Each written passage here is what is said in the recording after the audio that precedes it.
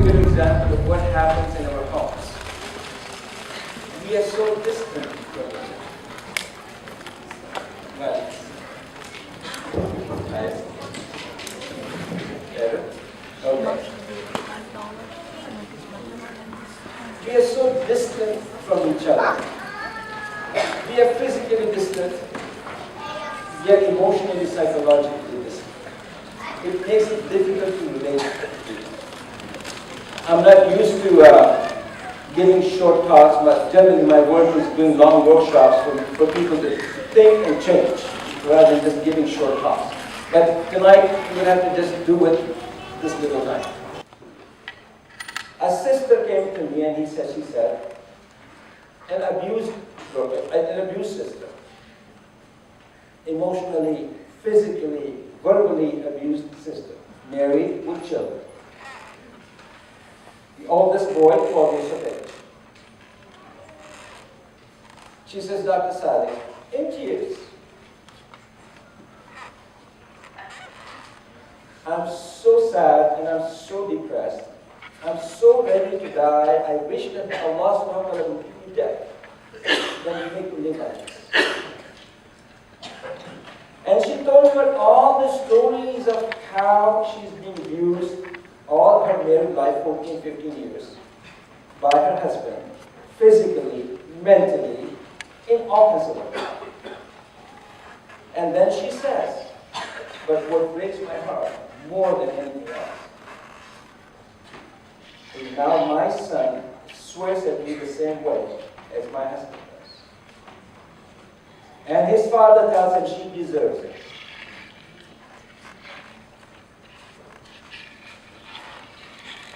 How do you expect your kids to respect you? How? Tell me. Tell me, how do you expect them to respect you? To respect their parents? To have good feelings for them?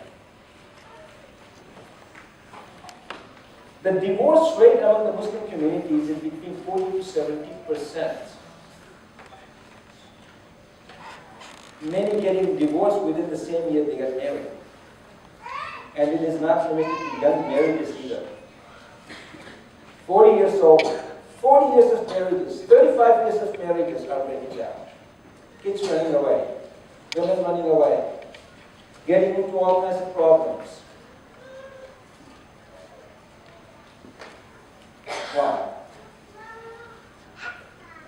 Can this be reversed? Can it be stopped? You've got to. And it has to stop. It has to stop. The only way it can stop is if we each, me, you, everybody in this room, begins to look at himself and herself and asks a question, what the heck is wrong? There is something wrong. I'm not happy. I'm not content with my life. I'm not content with how my family is growing up. Let me see how am I contributing to these problems. And then, after taking the ownership of their own contributions to their problems, personally and in their families, then they take it upon themselves to do their level best to change themselves without worrying about changing anybody else. In this world, everybody is trying to change everything else and everybody else but themselves. We all want change, but we want others to do that. Why? Because we don't see anything wrong with ourselves. Me, there's nothing wrong with me. I was talking to a young couple who were having some major problems. And he was telling me about all these wrong things that his wife does to make him angry. And when he finished, I said, you must be doing something yourself too. to cause the problems. Because, I know as an expert in human nature and human relations, no relationship goes good or bad without two people in it doing something, contributing to it some way. So would you please take maybe a couple of minutes and tell me how you may be contributing to these problems yourself? And he sat back, very quiet for quite some time. And he said, yeah, I know what I did wrong. I said, I was so happy that he finally had found something that he might have done wrong. I said, good, what did you do? He said, I should have taken care of her 10 years ago. That's what I did wrong. If you're not going to admit that somehow we are part of the problem, we are not only the victim of the problem, men or women, we are part of the problem. Let's look at what is our problem. We're talking about the roles of the mothers and the fathers.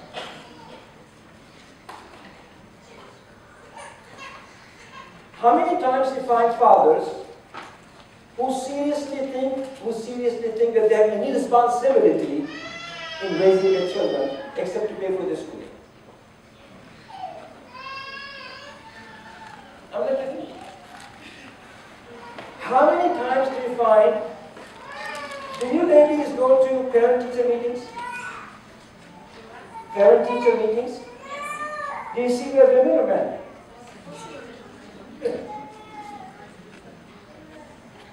The fathers don't care. They only care about making sure that you are doing the right thing with the guys, with the boys. If they're not, it's your fault. They don't have time for this garbage. Parent-teacher meeting and all this nonsense. They just want their kids to become doctors right and make lots of money. And engineers and respectable people to give them good name. But to do it all, Mom, my dear, why was your job? It has to stop. Let me give you another case example, folks. A man called me. He's in his 60s. Said, Dr. Saleh, I'm very depressed. I want to come for help. He comes. I said, what's wrong? He said, I'm retired after a long life of very hard work. My children are all grown up. I have still 4 daughters living in my house with us. None of them are married still. I came home after my retirement. I have no respect for my children. None. It is as if it does not matter if I'm in that home or not.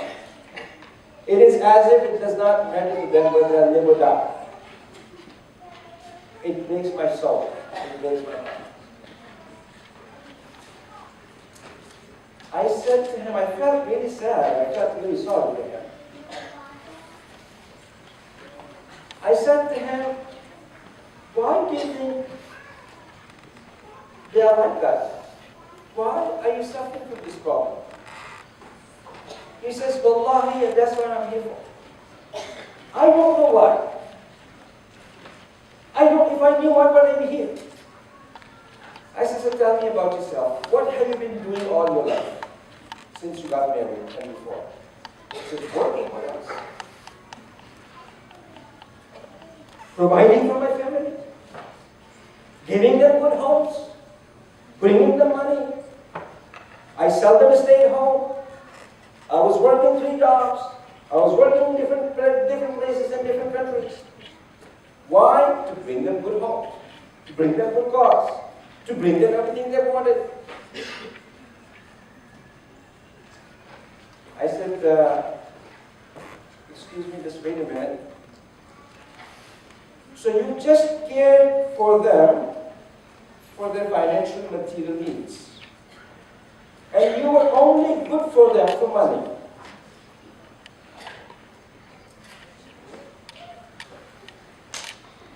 He looks at me and says, so? I said, they don't need your money anymore. They don't need your money anymore. They don't need you. There was no emotional bonding, and believe me, you're sitting here, and all of you, there's such little bonding, generally, between fathers and the children. Mostly children are bonded to the mothers, because they are the nurturers, they are the ones who will take pain to keep him happy, to keep him fed, to keep him clothed, to make sure that the kids are okay, to make sure that they're studying, to make sure that they're looked after, to make sure everything.